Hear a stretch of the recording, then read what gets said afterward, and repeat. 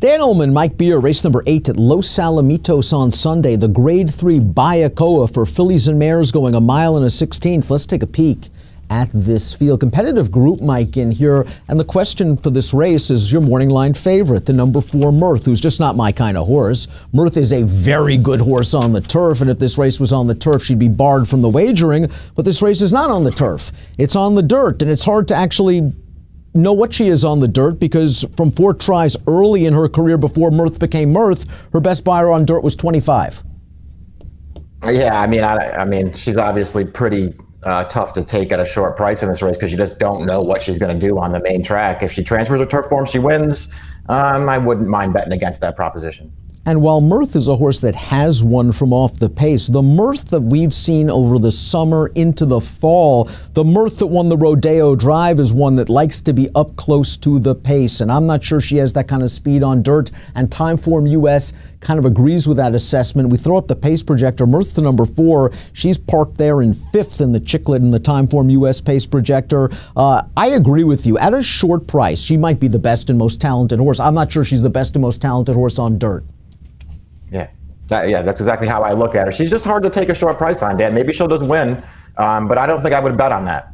Arctic Roll, the number 1, is going to be a big price. She's 20-1 on the morning line. She ran okay at Los Alamitos 2 starts back, going turf to dirt. She's going to try to replicate that turf to dirt pattern here. Let's watch that race at Los Alamitos going 1 mile. It was an optional claiming race. She's got the lead in the white blinkers, and she's just going to get run down here. She's just going to get beat. She's eligible for a non-winners of 2 life, and this is a tough spot.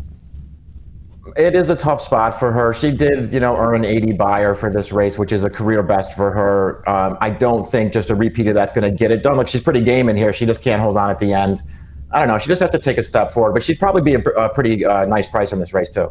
I just thought that the 2 Mongolian Humor looked really good. First off, the Vladimir Seren claim, 3 starts back at Del Mar going 6 furlongs. She kind of grinded that race out in the manner of a filly that wants a little bit more ground. And then you look at the pedigree. She's by Drosselmeyer out of a Giant's Causeway mare. Well, I would think she would want more ground. Well, in the Zenyatta, that was just a little bit of an ambitious spot for Seren. They ran her at Keeneland last time out. She was just outpaced on the turn. And here she is on the outside. It takes her a while to change leads in the purple. When she does, she grinds and she grinds and she grinds and she almost gets there. I really think this filly's going to appreciate stretching out. And if she could run back to that 94 buyer 3 back, she becomes a contender at an okay price. Yeah, 100%. She's a contender if she runs that race back. I appreciate the fact that she's really improved since Seren has claimed her. She's been in much better form since this trainer has taken over. If he can keep it going, she's a contender because I like her running style for this race, and I think there's plenty of pace to set her up. Mo Cal's done a lot of work for Peter Miller this form cycle. Listen, she ran in the Breeders' Cup Distaff, and that's a race you just throw a line through. She actually, I thought, didn't win badly. It'd only be beaten 15 lengths by some of the best fillies and mares in the world on dirt. They ran her back in the Betty Grable last time out. And I guess maybe in between horses is not where you want to be, but Queen Bee to You just blew her doors off at the quarter pole. I'm not sure where Mo Cal is. I know she's kind of a middle distance type. I think her speed plays well there, but I wonder, that last race worries me. I didn't like it.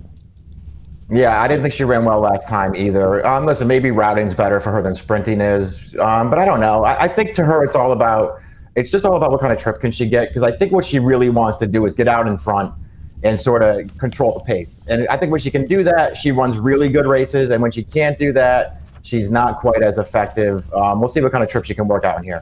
Well, I think they gotta send her. She looms the speed nearest the rail, and it's questionable whether Mirth is going to show the same turf speed that she's shown on dirt. There are other horses with speed. Lady Subi, Queen Bee to You, Kim K stretching out can show a little bit of speed. This pace might get hot, but I wouldn't be surprised if Drayden Van Dyke tries to grab the lead in the rail with Mo Cal. We talked briefly about Mirth, winner of the Grade 1 Rodeo Drive. She ran in the Breeders' Cup Filly and Mare Turf. Listen, I think Mike Smith rode her perfectly fine. Blast out to the front, try to play catch me if you can. She went fast, and they caught her.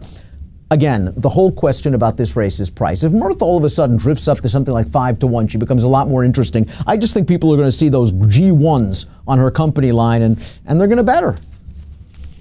I agree with you.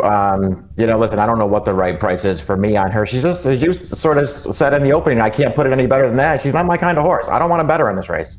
Lady Subi goes turf to dirt, and the last time she went turf to dirt, she did this in the Tranquility Lake Stakes. She had everything her own way on the front end. Victor Espinoza gave her a nice breather on the backstretch.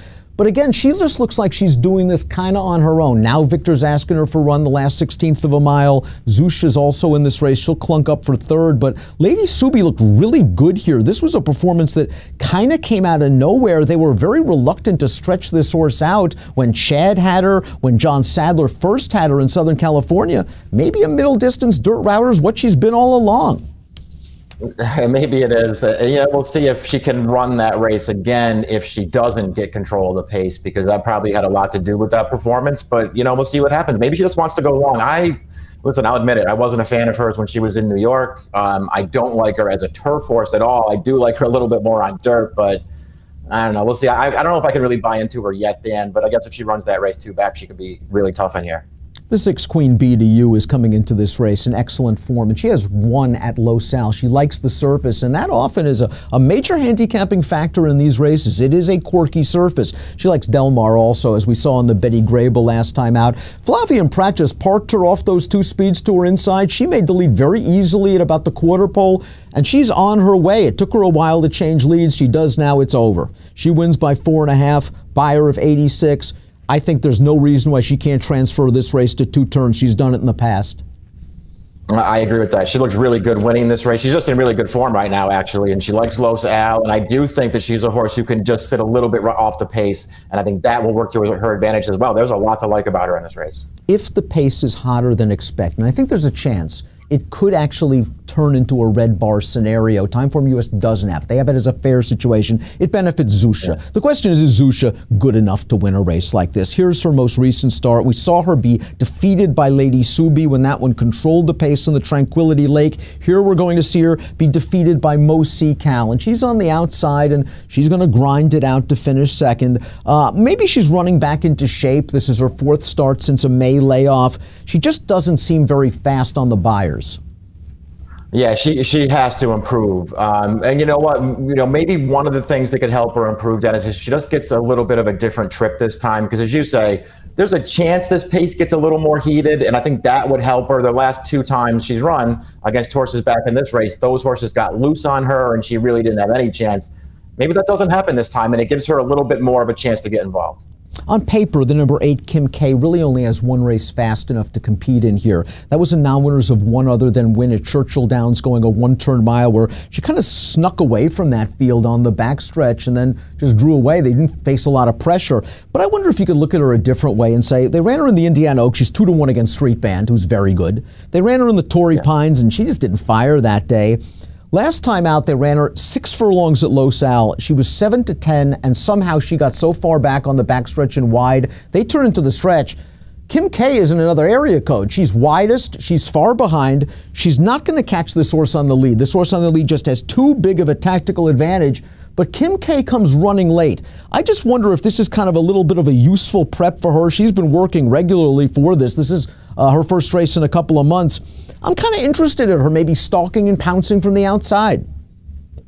Yeah, I agree with you. I think she's a little interesting too. We'll see. I think if the pace goes in front of her, I think you're right that she could maybe just not be that far out of it and make a run into it. I do think she has to improve to win. And she's a 3-year-old facing some pretty old hard hitters in here. This is a pretty good field, but she's eligible to take a step forward. I had a lot of trouble handicapping this race. As we put up our top selections, you're going to go with the number 6, Queen B to U, just in very good form, nice tactical speed, doesn't need the lead. You like Zusha maybe coming from slightly off of the pace or further back if the pace gets hot. You threw Mirth in for 3rd. I threw her out. I just can't play her at a short price here. I'm just going to take a stab with Kim K. She has to run faster. Yeah, she does have to run faster. I sort of just went very logical. I think Queen BTU just makes a lot of sense in this race. I think I like her recent form, and I'll stick with it. I'm going to use a little bit of Lady Subi. I'm surprised you didn't throw her in there. Maybe it was just because she had that easy lead. It was too easy of a lead, 2 starts back in the Tranquility Lake. I liked what I saw in that race. I'm going to give her one more chance. I think you remember her from New York. And you didn't like her when she was in New York. Kim K, my top selection. True. Queen B to you for Mike. And the Grade 3 Bayakoa, the feature at Los Alamitos on Sunday, has got an approximate post of 3:58 Pacific. Best of luck.